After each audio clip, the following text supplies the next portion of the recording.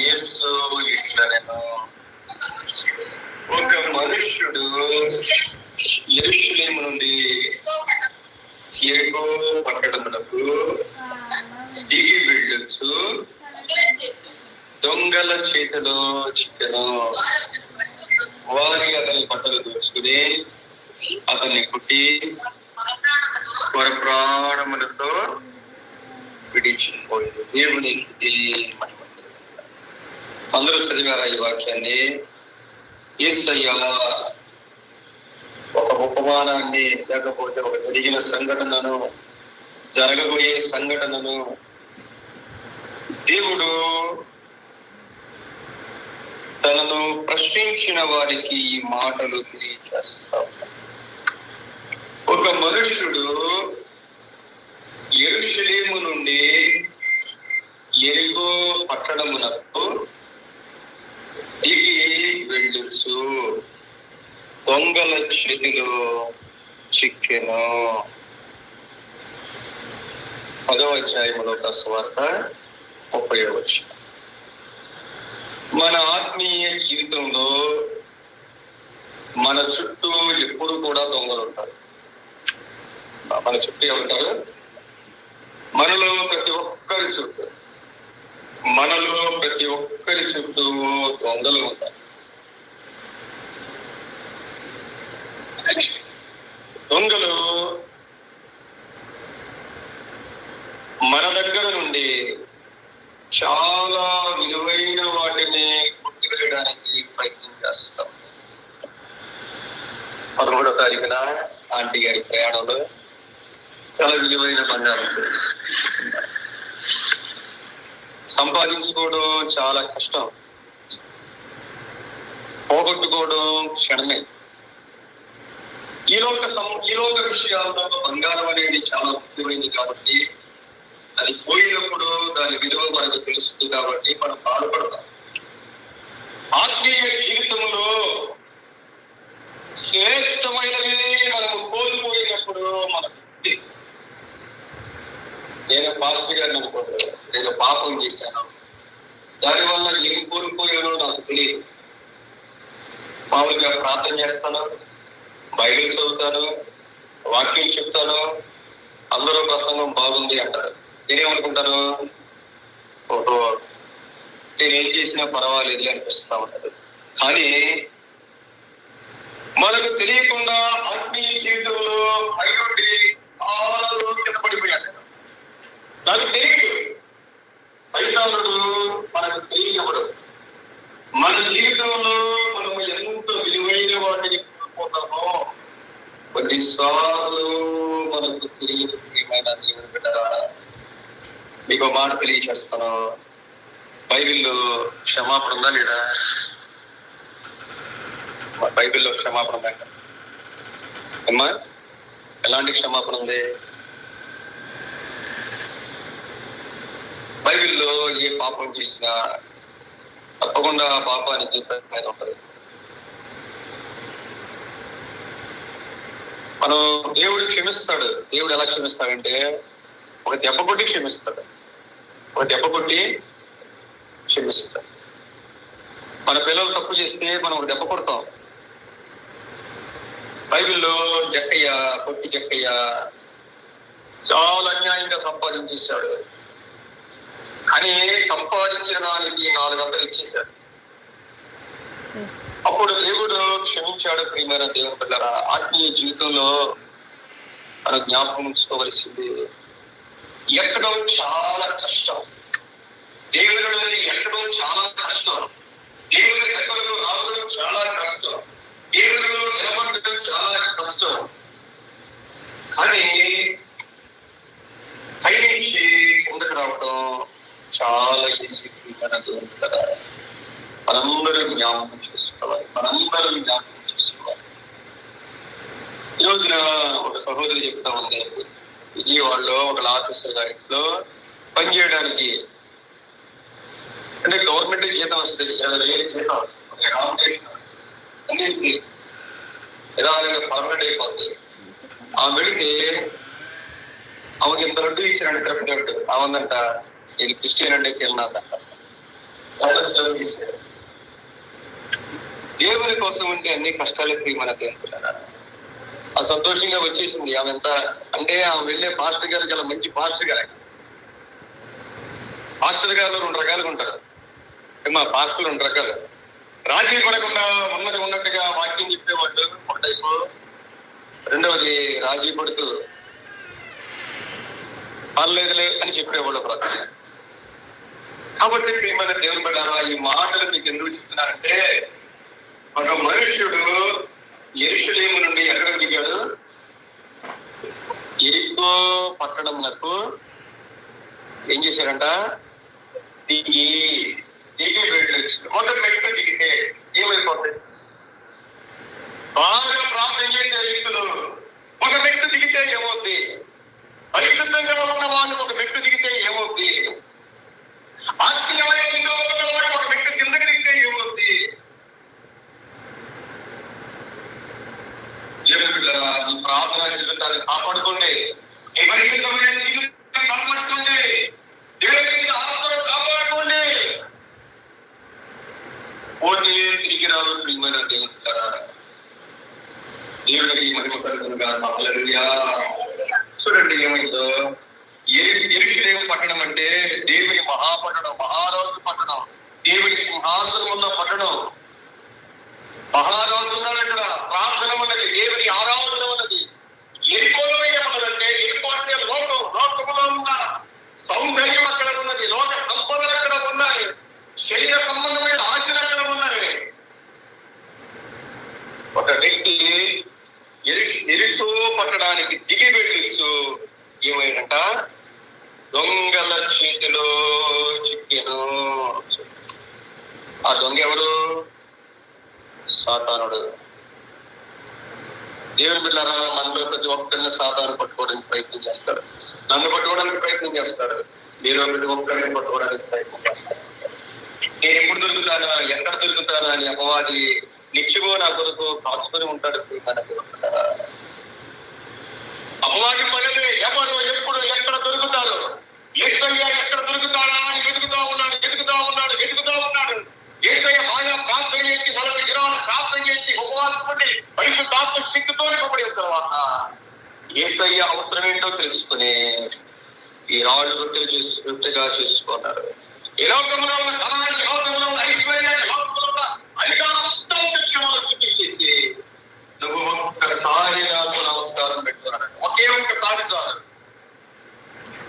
ఒక్కసారి నమస్కారం పెట్టి దేవా క్షమించు అంటే కుదరదు. ప్రియమైన దొంగల చేతిలో చిక్కితే ఆ దొంగలు చేసిన పని ఏంటంటే బట్టలు దోచుకొని, బట్టలు దేవుడు మనకిచ్చిన విలువైన వస్త్రాలు, ఆత్మ సంబంధమైన వస్త్రాలు, మహిమ కలిగిన వస్త్రాలు, రక్షణ వస్త్రాలు, విలువైన వస్త్రాలు, నీతి కలిగిన వస్త్రాలు అపవాది చేసుకుని పుట్టి మన ప్రాణములతో విడిచిపోయినా. ఎంత గొప్ప దేవుడైనా అపవాదిని చంపడానికి అధికారం లేదు. అపవాదికి చంపడానికి అధికారం లేదు. ఆలోచన చేయండి. అపవాది చేసిన పని ఏమిటంటే, ఒక మనిషికి యెరూషలేములో ఉన్న మనిషికి, ఇది జ్ఞాపకం చేసుకోండి, యెరూషలేములో ఉన్న మనిషికి, దేవుని సింహాసనంలో ఉన్న స్థలంలో ఉన్న మనిషికి, ప్రార్థించే వ్యక్తికి లోకాన్ని చూపించినప్పుడు ఆ వ్యక్తి దిగిపోయాడు, అపవాది చేతిలో పడ్డాడు. మొట్టమొదటిగా శ్రాలు కోల్పోయాడు, కొట్టాడంట అపవాది. రెండవది కొట్టాడు, పర ప్రాణములతో విడిచిపోయాను. దేవునికి మహిమ కలుగు. ఎప్పుడు మన ఆత్మీయ జీవితం బలంగా ఉండాలి. దేవుని బిడ్డలారా, మన ఆత్మ యుగ యుగాలు దేవునితో ఉండేది. ఈ లోకంలో ఉన్నవంతా కూడా తాత్కాలికమే. ఈ లోకంలో మనమంతా కూడా తాత్కాలికమే. ఆత్మ సంబంధమైన ప్రతి ఆశీర్వాదం చాలా విలువైనది. ప్రియమైన దేవుని బిడ్డలారా, మనం ఒకసారి ఋతు గ్రంథాన్ని చూసినప్పుడు 1వ అధ్యాయాన్ని చదువుదా. ఋతు గ్రంథం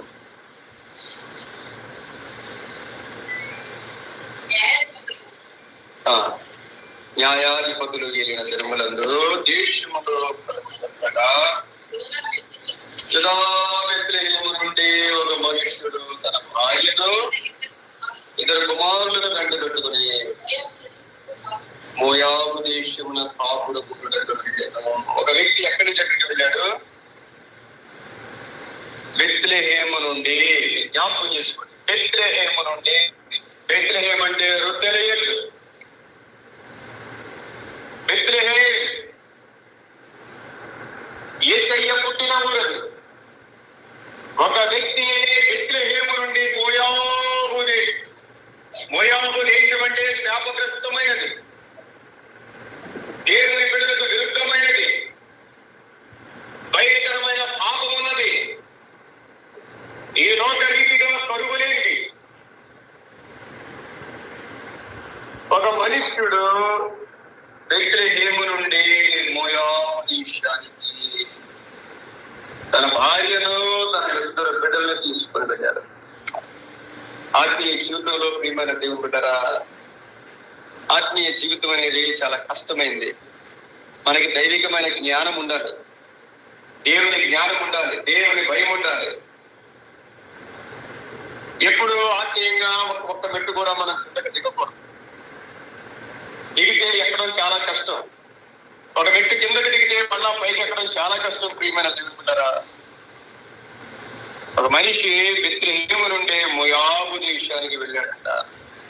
ఎందుకంటే బెత్లెహేములో కరువు వచ్చిందంట, మోయాబులో సమృద్ధి ఉన్నది. దేవుడు పరీక్షించాడు, వెళ్ళిపోయారు. వెళితే ఏమవుద్ది? అబ్రహాము కూడా వెళ్ళాడండి. అబ్రహాం ఏం చేశాడంటే ఆదికాండంలో, ఒకసారి ఆదికాండము 12వ అధ్యాయంలో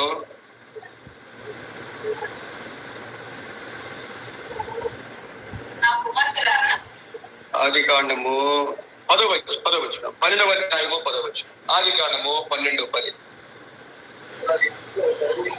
అప్పుడు ఆ దేశములో కరువు వచ్చెను, ఆ దేశములో కరువు భారముగా ఉన్నందున అబ్రాహాము ఐగుప్తు దేశములో నివసించుటకు అక్కడికి. ఎంత గౌరవం చూడండి. ఏ దేశంలో కరువు వచ్చింది? దేవుడు కనాను దేశం వెళ్ళమన్నాడు. మా జాగ్రత్తగా ఆ మాట ఆలోచించండి ఒకసారి. దేవుడు కనాను దేశం వెళ్ళమన్నాడు. అబ్రహాము గారు కనాను దేశం వెళ్ళాడు. అక్కడికి వెళ్ళినప్పుడు బలిపీడానికి వెళ్ళాడు. దేవుడు వెళ్ళమన్న దేశంలోనే వెళ్ళాడు అబ్రహాము గారు. కరువు వచ్చిందంట. కరువు వచ్చేసరికి ఎక్కడికి వెళ్ళాడు ఆయన? ఐగుప్తు దేశానికి వెళ్ళాడు. వెళ్ళొచ్చా? దేవుని అడగలేదు, ప్రార్థన చేయలేదు. ఆ కరువు భారముగా ఉందని వెళ్ళిపోయాడు. వెళ్ళిన తర్వాత ఏమైంది అక్కడ? 11వ వచనములో అతడు ఐగుప్తులో ప్రవేశించినప్పుడు అతడు తన భార్య అయిన శారాయితో, ఇదిగో నీవు చక్కని దానము చేస్తున్నావు, ఐగుప్తీయుడిని చూసి ఈమె భార్య అని చెప్పినాడు, చంపినను నిన్ను బ్రతకనిచ్చేదరు, నీ వలన నాకు మేలు కలిగినట్లు, నిన్ను బట్టి నేను బ్రతుకున్నట్లు నీవు నా సహోదరిమని దయచేసి చెప్పుమనేమో. అబ్రాహాము గారు ఐగుప్తు దేశానికి వెళ్ళాడు. ఐగుప్తు దేశానికి వెళ్ళిన తర్వాత అబ్రాహాము గారి మాటలు మారిపోయాడు. తన భార్యతో అంటూ ఉన్నాడు, నీవు నా సహోదరి అని చెప్పు అన్నాడు. చూసారండి, మనం వెళ్ళకూడదు చోటకి వెళ్ళడం వల్ల జరిగే పరిస్థితులు అలాగే ఉంటాయి. వాళ్ళు చూడనే చూశారు, ఆమె చాలా సౌందర్యవతి అని చూశారు, రాజుగారికి చెప్పారు. చెప్పినప్పుడు ఏం చేశారంటే ఫరో ఇంటికి ఆమెను తీసుకుని వెళ్ళిపోయారు. ఫరో ఇంటికి తీసుకుని వెళ్ళిపోయారు. అబ్రాహాము ఐగుప్తుకు వెళ్ళడం వల్ల అబ్రాహాము భార్యను తీసుకుని వెళ్ళిపోయారు. తీసుకుని వెళ్ళిపోతే దేవుడు కలుగు చేసుకుని దేవుడు ఏం చేశాడంటే వాళ్ళందరికీ శ్రమలు పెట్టి దేవుడు వారికి తెలియజేశాడు, అయ్యా ఈమె ఎవరంటే ఒకని భార్య ఈమె. దేవుడు మళ్ళా దర్శించాడండి. 13వ అధ్యాయానికి వచ్చేసరికి అబ్రాహాము గారు ఏం చేశారంటే చూడండి, మళ్ళా 13వ వచనములో అతడు ప్రయాణము చేయొచ్చు దక్షిణం నుండి బేతేలు వరకు, అనగా బేతేలుకును హాయికిని మధ్య తన గుడారం మొదట ఉండిన స్థలము వరకు వెళ్ళి తాను మొదట బలిపీఠమును కట్టిన చోట చేరను. అక్కడ అబ్రాహాము యెహోవా నామమున ప్రార్థన ఇస్తున్నాం. అబ్రాహాము గారు తిరిగి తను బలిపీఠం కట్టిన కనాను దేశానికి చేశారు. మళ్ళా ప్రార్థన చేయడం ప్రారంభించారు. అబ్రాహాము ఎప్పుడైతే కనాను దేశాన్ని విడిచిపెట్టాడో తన జీవితంలో అక్కడికి వెళ్ళాడు. వెండి బంగారం అన్ని సంపాదించాడు, కానీ విలువైన భార్యను లేకపోయారు. దేవుడు పెట్టారా, ఆత్మీయ జీవితంలో మనం ఎన్నడూ తగ్గకూడదు. ఏం చేయాలి? దేవుడిని వెతకాలి. ఈ కష్టాలు, ఈ బాధలు దేవుడి సన్నిధిలో మనం పెట్టండి. దేవుడికి మహిమ కలుగునుగా. హల్లెలూయా. ఈ కష్టాలుంటే ఏం చేయాలి? మీరు యాన్ని లేవండి, 5ంటికి లేవండి, ప్రార్థించి దేవుడిని అడగండి. మీ కష్టాలన్నీ దేవుని సన్నిధిలో చెప్పండి. ప్రభువా, నాకు ఈ ఆరోగ్య సమస్య, నాకు ఈ ఆర్థిక సమస్య, లేకపోతే దేవా నాకు బలాల సమస్య ఉంది, నేనేం చేయాలి ప్రభువా అని మీరు దేవుణ్ణి అడగడం నేర్చుకోండి. మీరు దేవుణ్ణి మంచిగా ప్రార్థన చేయడం నేర్చుకోండి. దేవుడు ఏం చేయాలి? ఈ కష్టాలు కావాలంటే ఏం చేయాలి? నాకు వాళ్ళని కావాలి, అది కావాలంటే నేను ఏం చేయాలి? మన దేవుడు మాట్లాడే దేవుడు అంట. దేవుడికి మహిమ కలుగును గాక. హల్లెలూయా, హల్లెలూయా. ఆ విధంగా మీరు ప్రార్థన చేస్తారు. అలాగే దేవుడు అడగండి, ప్రభువా ఏం చేయాలి? బైబిల్లో ప్రతి ఆశీర్వాదానికి కొన్ని ఆజ్ఞలు ఉంటాయి. చాలా మంది ఏమనుకుంటారంటే, ఫలాని పాస్టర్ గారు ప్రార్థన చేశారు, నా కష్టాలు తీర్ని అంటారు. మన వాళ్ళు అనకూడదు. ప్రతి దానికి కూడా, ప్రతి ఆశీర్వాదానికి కొన్ని ఆజ్ఞలు ఉంటాయి. దేవుడు చెప్తాడు మనకి. నేను ప్రార్థన చేయడం ప్రారంభిస్తే, ప్రార్థన చేయగా చేయగా చేయగా దేవుడు మాట్లాడటం ప్రారంభిస్తాడు. దేవుడు అద్భుతాలు చేయడం ప్రారంభిస్తాడు. ప్రార్థనలు గొప్ప ఆయుధంగా మీరు తీసుకోండి. దేవుని దగ్గర మీ హృదయాన్ని కుమ్మరించండి. మనం ఏం చేయాలో చెప్తాడు ప్రియమైన దేవుడు. కొన్నిసార్లు చిన్న చిన్న పాపాలు కూడా గొప్ప ఆశీర్వాదాలు భక్తిగా ఉంటాయి. తెలుసండి, మనం ఎవరైనా క్షమించలేకపోయాం అనుకోండి, పెద్ద పెద్ద ఆశీర్వాదాలు ఆగిపోతాయి.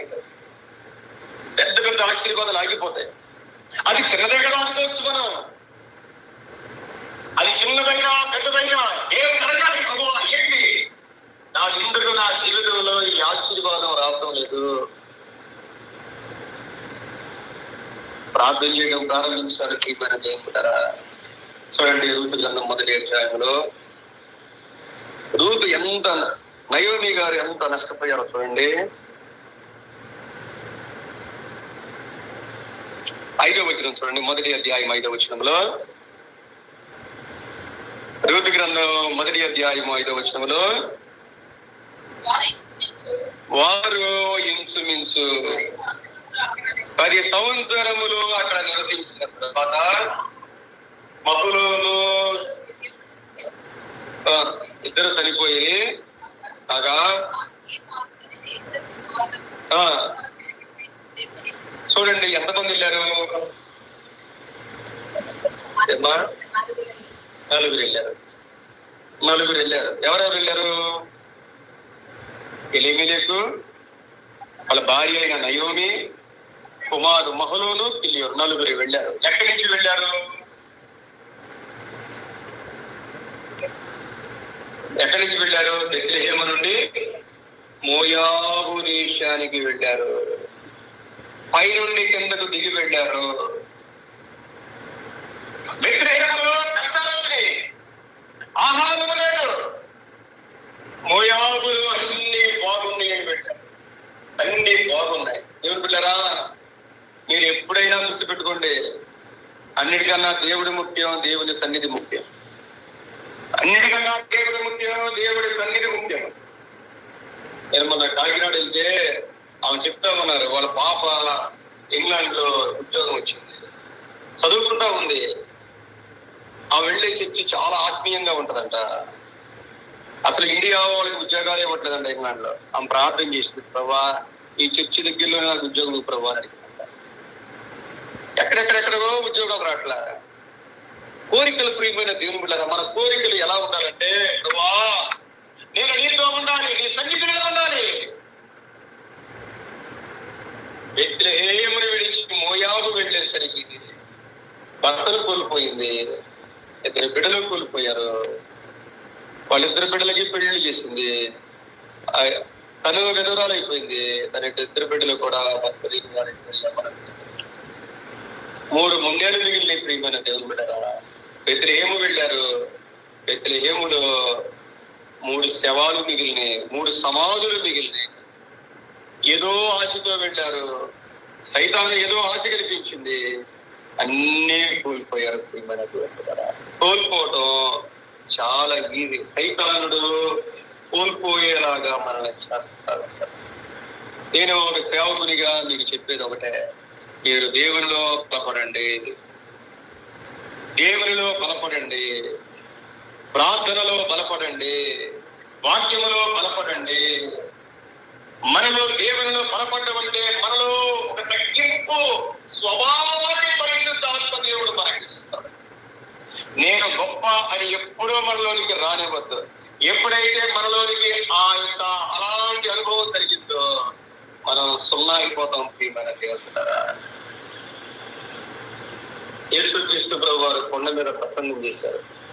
అందులో 9 ధన్యతలు, నవధన్యతలు ఉన్నాయి. అందులో మొట్టమొదటిది ఏంటి?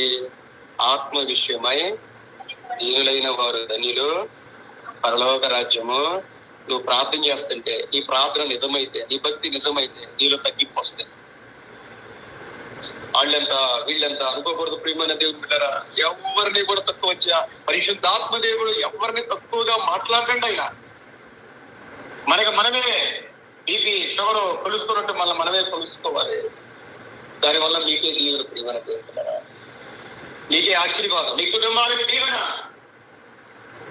దేవుడిని మనం జీవించాలి అంటే దేవుడితో ఒక వ్యక్తిగతమైన ప్రార్థన అనుభవం కలిగి ఉండాలి. ఒకవేళ ప్రియమైన దేవుని బిడ్డలారా ప్రార్థనలో తగ్గిపోతుంటే ఉదయాన్నే లేచి నిద్రను, శరీరాన్ని జయించి బలంగా ప్రార్థించు. నీకు ముందే చెప్పాను, మన చుట్టూ ఎవరుంటారు? దొంగలు ఉంటారు. ఎవరుంటారు? దొంగ పని ఏంటి? దొంగ పని దొంగిలించడం, అపవాదంట. ఎవరిని మృంగుతున్నా అని గర్జించు సింహము వలె వెదకొచ్చు తిరుగుతున్నారు. మనల్ని కూడా మింగేయడానికి ప్రయత్నం చేస్తారు. దేవునిలో బలపడండి. కష్టాల్లో ధైర్యంగా, విశ్వాసంతో, ప్రార్థనతో ఉండండి. ఈ కష్టాల్లో ఒకటే ప్రార్థన, దేవా ఈ కష్టాలు పోవాలంటే నేను ఏం చేయాలి?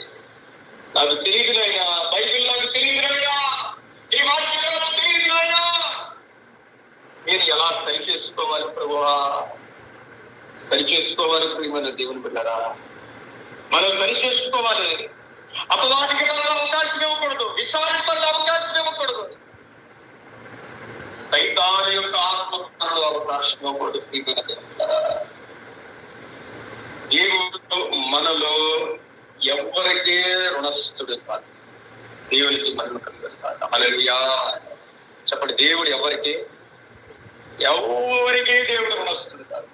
నేను చదువుకునే కాలంలో 4 సంవత్సరాలు జార్జి రాజు గారు అనే పాస్టర్ గారితో పాటు ఆయనకి సేవ చేస్తూ తిరిగేవాడు.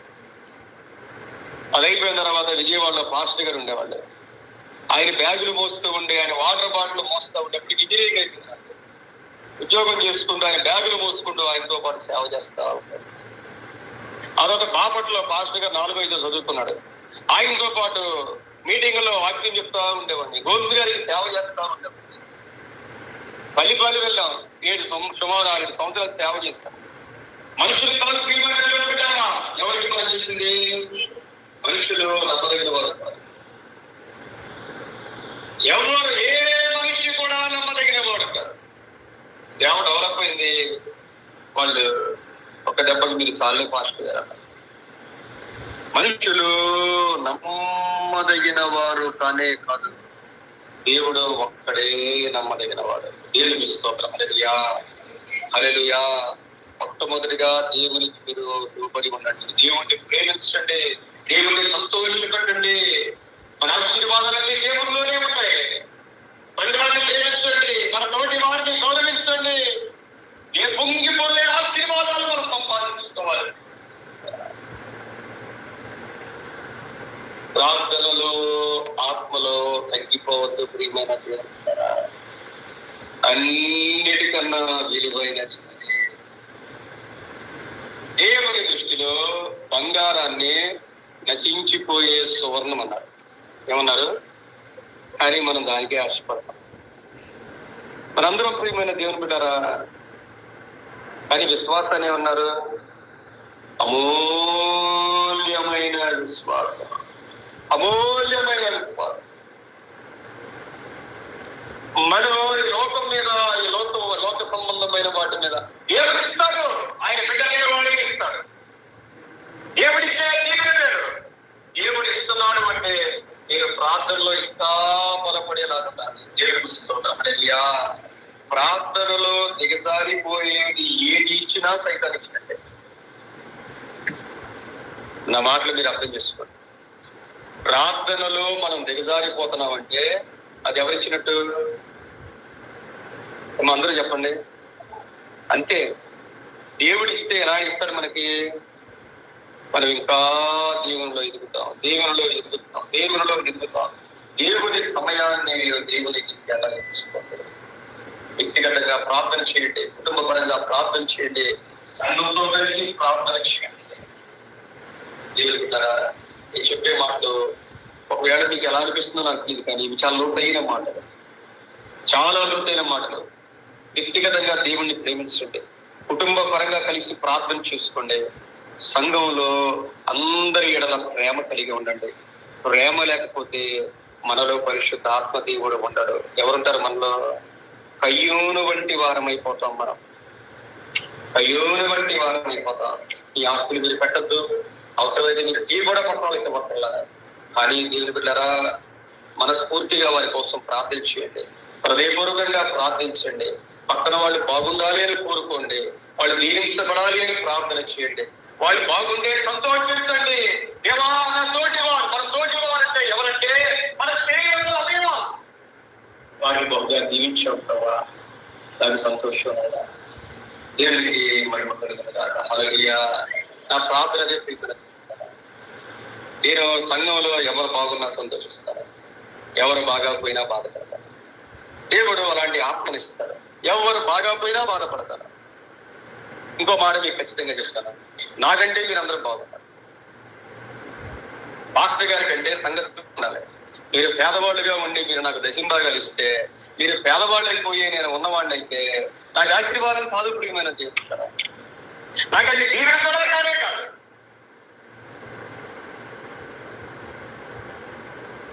నేను దేవుని సేవకునిగా పులిపెడుకుందని చెప్తా ఉన్నాను.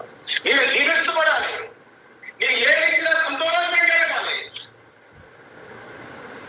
ఈ రోజుల్లో సేవకులు డబ్బులు అయిపోతున్నారు, విశ్వాసులు పేదోళ్ళు అయిపోతున్నారు. అది మంచిది కాదు ప్రియమైన దేవుడు. అసలు అది మంచిది కాదు. మీరు దేవుడిని అడగండి, ప్రభువా మీకు ఆర్థిక సమస్యలు ఉంటే మీరు ఉదయాన్నే లేచి ప్రార్థన చేయండి. ప్రార్థన సీరియస్ గా తీసుకోండి.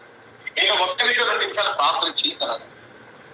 దేవుడిని అడగండి, ఎందుకు వచ్చి కష్టపడాలి? అపవాది ఎక్కడ పట్టి పీడిస్తున్నాడు?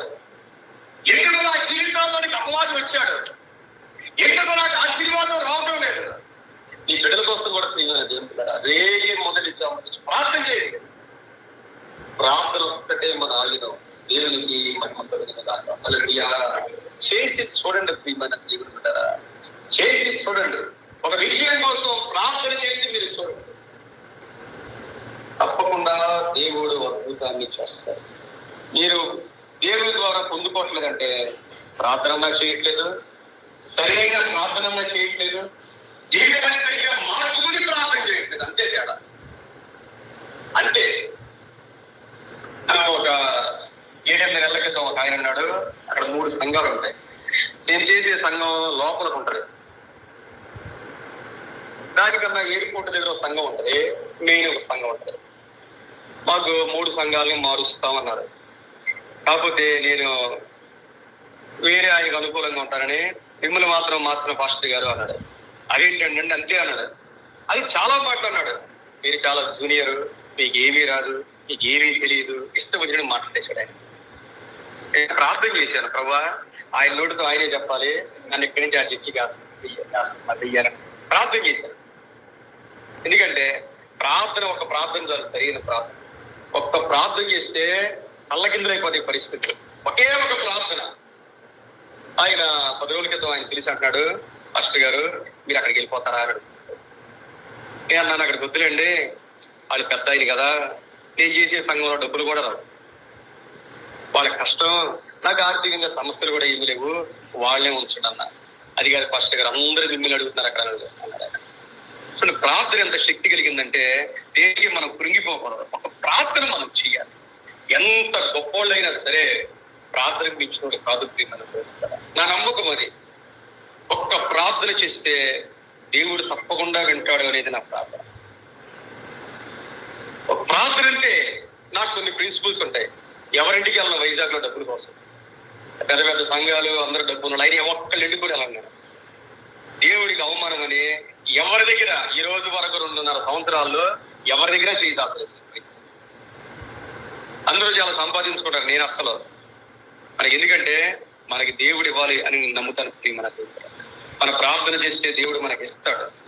ఆయన ఇస్తే ఆకాశపు వాకిళ్ళు విప్పుతాడు. మనుషులు ఎంత ఇవ్వగలరు మనకి?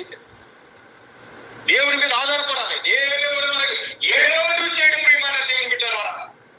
కాకపోతే సరైన ప్రార్థన చేసి, దేవా నాకు ఈ దీవెన కావాలి, నేనేం చేయాలి? బైబిల్లో చెప్తాడు దేవుడు ఏం చేయాలో. దేవుడికి కల్పన చెయ్యాలండి. ఆయన చెప్పిన మనం ఖచ్చితంగా చెయ్యాలి.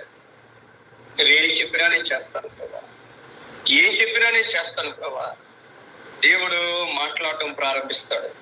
దేవునికి మహిమ కలుగును గాక. హల్లెలూయా. అవసరమైతే ఆయనే డైరెక్ట్ గా మీతో మాట్లాడతాడు. ఏదో ఒక మనిషి ద్వారా దేవుడు మాట్లాడతాడు. దేవుడు మిమ్మల్ని బలపరుస్తాడు. నీ కష్టాలన్నీ తీరుస్తాడు. నీ బంధువులందరికన్నా తలగా పెడతాడు. దేవుడు ఆశీర్వదిస్తే అందరికంటే తలగా ఉంచుతాడు. దేవునికి మహిమ కలుగును గాక. హల్లెలూయా. దేవుడు మీరు ఎవరికి వస్తున్నాడు. సలమయ్య గారు ఉన్నారు, ప్రతి వారం సంఘ పరిచర్య చేస్తారు. మనకు కాదండి, ఎవరికి చేస్తున్నారు? దేవుడు రాసుకుంటాడు. ఆయన రాసుకుంటాడు. మీరు ఇంటి దగ్గర నుంచి బయలుదేరి ఇక్కడికి వచ్చింది కూడా దేవుడు రాసుకుంటాడు. ఎవరికి వచ్చాడు, కానీ ఒక టైం వచ్చింది ప్రియమైన దేవుని పెట్టారా. నేను ఎంతకాలం చేశాను ఇక్కడ? చేశాను, చాలా కాలం చేశాను. దేవుడు వెళ్ళమన్నాడు, వెళ్ళమన్నాడు. ఒకవేళ దేవుడు ఇంకా ఆశీర్వదించాలనుకుంటే నేను తీసుకెళ్ళాలనుకుంటే తీసుకెళ్ళిపోతాడు ఆయన. దేవుడు అంతేనండి. ఎందుకంటే ఒక టైంలో దేవుడు ఏది వదిలేయమంటే చేశాను. దేవుడు ఏది వదిలేయమంటే, మా పార్ట్నర్ ఇవ్వాల్సిన డబ్బులు వదిలేయమంటే వదిలేశాను. దేవుడు నాతో మాట్లాడగానే మరో మాట చెప్పకుండా నా సెల్ ఫోన్ లో నెంబర్ తీసేసాను. రెండో మాట కూడా మాట్లాడాలి. మా గురువు గారు గోమ్స్ గారు అన్నారు, నేను అడుగుతాను. అమెరికాకి వెళ్ళాల్సి ఉండి దేవుడు వద్దన్నాడు. ఆయన చెప్తాడండి, మనం చేసే ప్రతిదీ దేవుడు ఏదో ఒక రోజున ఆశీర్వదిస్తారు. దేవునికి మహిమ కలుగును గాక. హల్లెలూయా. మనం పరిగెత్తక్కర్లేదంటే ఆశీర్వాదం ఎక్కడికి వెళ్ళక్కర్లా. ఎక్కడికి దేవుడిస్తాడు. ఎన్ని ఇచ్చినా ప్రియమైన దేవుని బిడ్డరా, ఆత్మకు మించిన ఆనందం ఉండదు, పరిశుద్ధాత్మకు మించిన ఆనందం ఉండదు, అంతకు మించిన ఆశీర్వాదం ఉండదు. కోట్ల కొలది ఐశ్వర్యం కన్నా దేవుని ఆత్మ గొప్పది ప్రియమైన దేవుని బిడ్డరా. దేవునికి మహిమ కలుగును గాక. హల్లెలూయా. అందులో దేవునికి స్తోత్రం చేద్దాం. హల్లెలూయా, హల్లెలూయా. మనతో ఉన్న ఆత్మ అంతా గొప్పది. పరిశుద్ధాత్మ దేవుడు గొప్పవాడు. ఆ ఆనందం చాలా గొప్పది ప్రియమైన దేవుని బిడ్డ. పాస్టర్ గారు వాళ్ళ అక్క, వాళ్ళ చెల్లి, వాళ్ళందరూ వచ్చారు. వాళ్ళు వచ్చారు, నేను ఇటు వచ్చాను. ఎందుకంటే వాళ్ళతో పాటు అటు ఇటు మనం తిరగలేం. ఆ అందులో ఉన్న ఆనందం నాకు అసలు ఆనందమే అనిపించింది. ఉన్న ఒక రోజు ప్రార్థనే ఉండదు. ఇంకా రోజంతా ప్రార్థన చేసుకుంటే అన్ని కోల్పోయినట్టే ఉంటది. దేవునితో మనం గడపాలి. ఆత్మీయంగా కోల్పోతే ప్రియమైన దేవుని బిడ్డలారా, తిరిగి ఆ స్థితి పొందుకోవడం చాలా కష్టం. ఐశ్వర్యం పోయినా పొందుకోవచ్చు, ఆరోగ్యం పోయినా పొందుకోవచ్చు. ఆత్మీయంగా కనుక మనం తగ్గిపోతే తిరిగి బలపడటం చాలా కష్టం ప్రియమైన దేవుని బిడ్డలారా. నాకు తెలిసి మీరు అందరూ బలవంతులే. నేను చెప్పవలసినంత వాక్యం మీరు బలంగా ప్రార్థన చేయగలరు. మంచిగా వాక్యాన్ని చెప్పగలరు. దేవుడు ఒక మంచి స్థితిలో దేవుడు మిమ్మల్ని ఉంచాడు. మీరు కాపాడుకోండి. నేను చెప్పేదంటే మీరు కాపాడుకోండి. ఆ విలువ మీకు తెలియదు, నేను మీకు చెప్పినా కూడా అర్థం కాదు. ఆ విలువ మీరు కాపాడుకోవాలి. తోటి వాటిలో ప్రేమగా ఉండండి. పరిశుద్ధాత్మ దేవుని మీలో చూపించండి. మీలో ఉన్న యేసయ్యను చూపించండి. మీలో యేసయ్య, ప్రేమించే యేసయ్య, క్షమించే యేసయ్య, దీవించే యేసయ్య, ఆశీర్వదించే యేసయ్య మీలో చూడాలి. మీలో చూడాలి. నాకెంత కోపం అండి, నాకెంత పౌరుషం అండి, అది దేవుని కాదు. మీరు ఆత్మీయంగా చిన్న బిడ్డలాగా ఉండద్దు, ఆత్మీయంగా గొప్పవారుగా ఉండండి. దేవునికి మహిమ కలుగునుగాక. హల్లెలూయా. అందరూ దేవునికి స్తోత్రం చెప్తాం. హల్లెలూయా. ఈ మాటలు వింటే మీకు ఆశీర్వాదం, మీకే ఆశీర్వాదం, మీ కుటుంబానికి ఆశీర్వాదం. నేను చెప్పినట్టు మీరు చేసి చూడండి. వచ్చే నెల కల్లా దేవుడు మీకు అద్భుతం చేయకపోతే నన్ను అడగండి. దేవుణ్ణి అడగండి, దేవా నన్ను ఏం చేయమంటావు, నా పరిస్థితి ఇది, నన్ను ఏం చేయమంటావు. హృదయపూర్వకంగా అడగండి. ఉదయాన్నే లేవండి, శరీరానికి కొంత కష్టపెట్టుకోండి, కన్నీరు కార్చండి. ఈ బంధువులందరికన్నా మీరు గొప్ప పడుకుంటారు.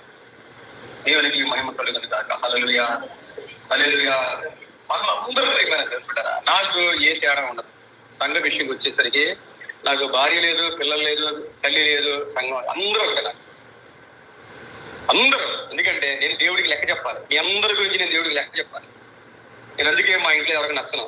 ఎందుకు నచ్చనంటే ఏం మాకంటే వాళ్ళు ఎక్కువ అని వాళ్ళు అనుకుంటారు. ఎందుకంటే వాళ్ళకి ఇంకా అంత బలపడలేదు. మీరు ఆ విధంగా దీవించబడాలి. ప్రియమైన దేవుని బిడ్డరా, కొంచెం కూడా ఒక్కడుగు కూడా ఆత్మీయంగా మీరు తగ్గదు. ఒక్కడుగు మనం తగ్గితే ఎక్కడికో వెళ్ళిపోతుంది. మీరు 2 రోజులు ప్రార్థన మానేయండి, 3వ రోజు ప్రార్థన చేయలేరు.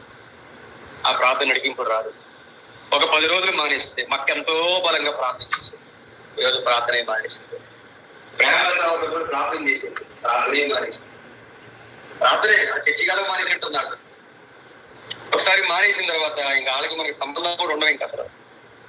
ఎందుకంటే ఎవరితో ఉన్న సంబంధం అయినా దేవుని బట్టే.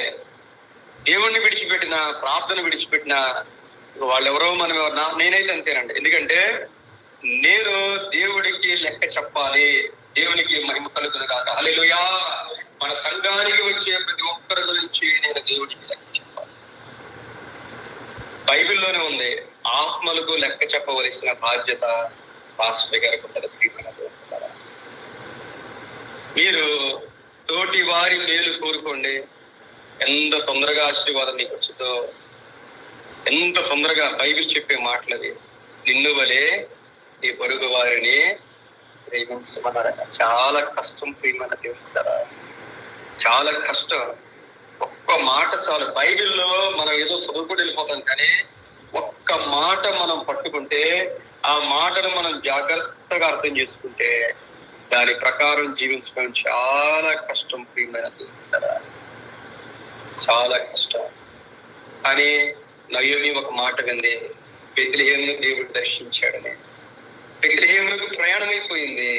అతనితో పాటు రూతు కూడా వస్తానంటే, ఓర్ఫా కూడా బయలుదేరింది, కానీ ఆగిపోయింది మధ్యలో. రూత్ అంది, నీ దేవుడే నాదు, నీ జనమే నా జనం. నువ్వు ఎక్కడుంటావో నేను అక్కడే ఉంటాను, నువ్వు ఎక్కడ చనిపోతావో నేను అక్కడే చనిపోతాను. అందువల్ల ఆ పేరు, రూతు పేరు బైబిల్ గ్రంథంలో ఉంది. కష్టాల్లో మనం తీసుకునే నిర్ణయాలు, కష్టాల్లో మనం తీసుకునే నిర్ణయాలు, నష్టాల్లో మనం తీసుకునే నిర్ణయాలు, దేవా నీవు నాకు చాలయ్యా. నేను ఖచ్చితంగా చెప్తాను, ఎంత పెద్ద అవసరమైనా దేవుడు తీర్చేస్తాడు. దేవునికి మహిమ కలుగునుగాక. హల్లెలూయా. ఎంత కష్టాలైనా దేవుడు తీర్చేస్తాడు.